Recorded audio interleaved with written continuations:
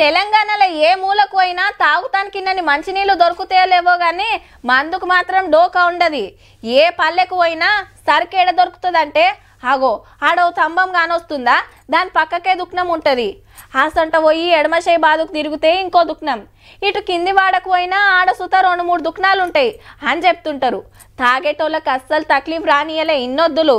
ఇక అస్సలు ముచ్చట ఏంటంటే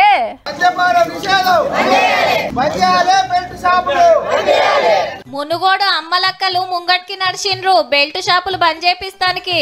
మా సంసారాలు చీకటి చేస్తున్న బెల్ట్ షాపులు ఎత్తేయాల్సిందే అని చీకటి మామిడి ఊరోళ్ళు ర్యాలీ తీసిండ్రు. మా కడుపు సాయంత్రం నింటుంది కదా, మాకు ఏ బాధ లేదన్నట్టు పొద్దున్న దాకా పనికి వెళ్తురు, సాయంత్రం తాగుతుంది. అసలు ఏజ్ కూడా లేదు, ఎక్కువ తాగి ఆగం చేస్తాడు. అసలు ఇంట్లోకి వచ్చి అతడు గోల పెట్టుకుంటాడు. ఆ సారుకు దండం పెడతాడు. చేసిన కష్టం అంతా తాగుడికే పెడుతుర్రు, ఇల్లు సంసారాలు పట్టించుకుంటలేరని గరం అవుతున్నారు. మరి MLA Rajagopal Reddy sir photo ఎందుకు అంటారా? మొన్న సార్ ఏమన్నాడో యాదుందా? ఎక్సైజ్ సీఐకి మునుగోడు చండూరు చెప్పేసిన ఒక బెల్ట్ షాప్ ఉన్నాడు పని అయిపోతుందని చెప్పేసిన. ఒక్క బెల్ట్ షాపులు ఉండవు, ఎవరు చెప్పినా నా పదవి లేదు.